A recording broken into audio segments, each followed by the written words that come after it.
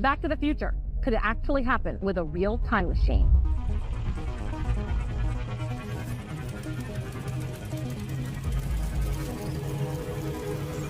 In 2022, a man missing for 29 years knocked on a stranger's door in rural Ohio, carrying a wooden box full of journals, diagrams, and evidence that shouldn't exist. His name was Mike Markham. The last time anyone saw him was 1997, the night he stepped into a machine he built inside his own garage and vanished. When investigators reached the property, they found the garage burned to the ground. Melted copper, destroyed transformers, and a 6-foot circular burn pattern scorched into the concrete. No body, no remains. Just a handwritten note inside a metal toolbox that read, "It's not about time, it's about how you see things." For 3 decades, the world assumed he was dead. But Mike Markham came back, older, exhausted, carrying proof. I was devastated. I thought if I could build a time machine that I could go back and see him again and tell him what was going to happen, maybe save his life.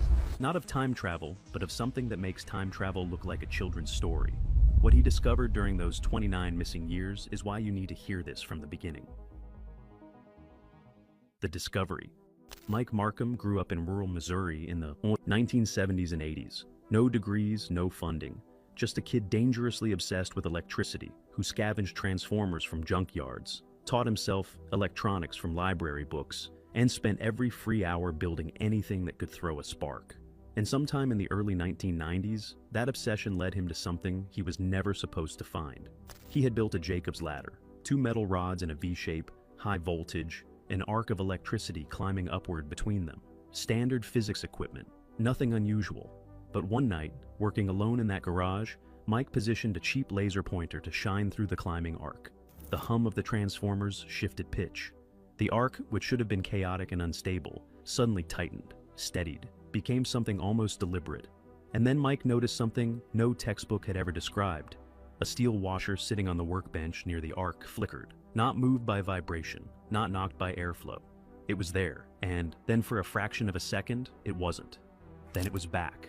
He froze, tried it again. Screws, coins, small metal objects placed between the rods. And sometimes, for just a heartbeat, they vanished. No sound, no movement, just a brief, impossible absence. A hole in reality where a solid object had been. And then the object was back, exactly where it had been, as if nothing had happened, except the air in the garage smelled sharper. Ozone. And something else Mike couldn't name, something that made the hair on his arm stand straight up. That was the moment Mike Markham's life split in two. Everything before and everything after. But here's the catch.